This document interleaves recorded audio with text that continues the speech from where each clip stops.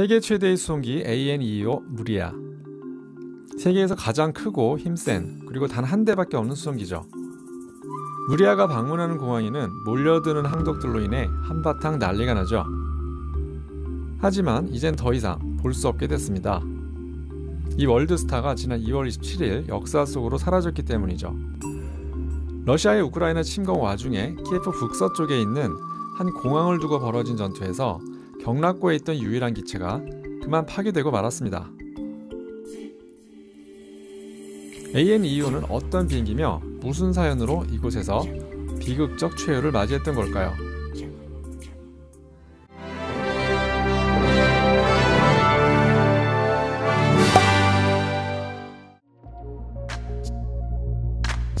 이미 그 덩치만으로도 보는 이들을 압도하는 무리아는 최대 이륙 중량 약 600톤, 그중 페이로드만도 무려 250톤에 달합니다. 우리가 흔히 가장 큰 비행기로 떠올리는 보잉 747의 경우도 최대 이륙 중량이 약 450톤 수준이죠. 미공군 최대 수송기 C5도 최대 이륙 중량은 380톤 정도입니다. 이들 기종의 페이로드는 대략 100톤대죠. 수송기로 유명한 벨루가나 드림리프터는 이쪽엔 비교조차 못하는데 이들은 부피는 크지만 상대적으로 가벼운 비행기 자재만 나르는 용도이기 때문이죠. 반면 무리아는 크기는 물론 들어올리는 힘으로도 이들을 압도합니다. 화물 무게 말고도 긴 동체에 탑재하는 일은 쉽지 않은데요. 이를 위해 기내에는 전용 크레인도 있습니다. 랜딩기어도 남다른데 특히 한 쌍의 전방 랜딩기어는 화물 탑재 시 높이를 낮추는 일명 무릎 꿇기 기능도 있죠. 물론 앞뚜껑 여는 거야 기본이겠죠. 여기에 6개 엔진이 위용을 자랑합니다. 이런 특출함 덕분에 전 세계의 특수 화물을 처리하는 귀한 몸으로서 활약해왔죠.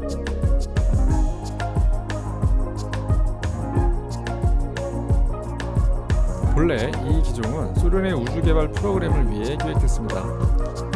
이미 미국은 747을 셔틀 캐리어로 개조해 활용했는데 소련도 미국에 대응해 1974년부터 우주왕복선 불안 프로그램을 진행 중이었죠. 소련 역시 흩어진 각 공장에서 발사장까지의 거리가 수천 킬로미터에 달해 거대한 우주왕복선은 철도 수송이 힘들었습니다. 새로운 운송선이 필요했죠. 그래서 당시 소련에서 가장 큰 수송기 AN124를 기반으로 개발키로 합니다. 동체를 7m, 뿌리를 보강한 날개는 15m 연장합니다.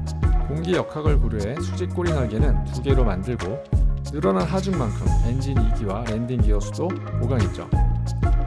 이렇게 어마어마한 크기와 성능을 가진 이유 중 하나는 발사 비용을 10분의 1로 줄일 수 있도록 셔틀을 공중에서 바로 띄우는 것도 고려했기 때문입니다.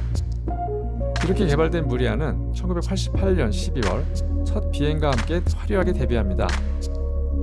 이름인 무리아는 우크라이나어로 꿈이란 의미입니다. 그리고 본 임무대로 우주왕복선 불안을 등짝에 없습니다. 이런 운송 방식을 피기백이라 하는데 불안 외에도 긴 로켓 부스터 등의 추진체 화물을 외부에 장착할 수 있었죠. 무리아의 외형이 독특한 이유입니다. 무리아의 제작사는 현재 우크로보론 프롬을 모회사로 두고 있는 안토노프사입니다. 1946년 러시아에서 설립된 후 우크라이나로 이전했죠. 회사명은 이때 수석 디자이너였던 알렉 안토노프의 이름을 땄습니다. 안토노프라 하면 소련 혹은 러시아를 떠올리기 쉬운데 어쨌든 우크라이나 기업입니다.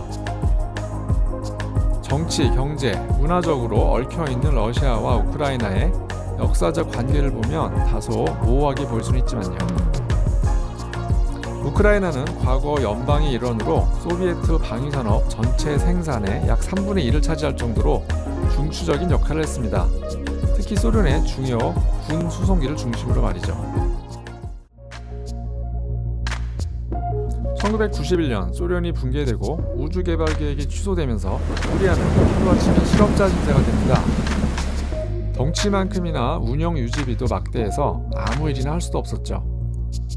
그렇게 한동안 쉬던 무리아는 제작사 안토노프가 항공 운송회사를 직접 차려 대형 화물 운송 사업을 벌이면서 바빠지기 시작합니다. 이때 베이스가 된 공항이 바로 호스토멜 공항입니다. 동쪽의 보리스필 국제공항과 달리 이 공항은 안토노프 항공이 화물기 운영의 허브로 쓰는데 운영사가 방산 공기업이기에 공군도 사용한다고 하죠. 수도와 가까울 뿐 아니라 이 같은 전략적 가치 때문에 이번 침공에서 러시아군에 타깃이 된 것으로 알려졌습니다. 일단 그렇게 서비스가 시작되자 다른 화물기가 감당할 수 없는 기관차나 각종 발전기류를 전문으로 실어 나르면서 인기를 얻습니다. 특히 재난 현장에서 맹활약을 합니다. 재미있는 것은 구소련을 떠올리는 무리아를 서방 국가에서도 애용하게 됐고 심지어 군수물자 운송에도 쓰이고 있다니 아이러니하죠.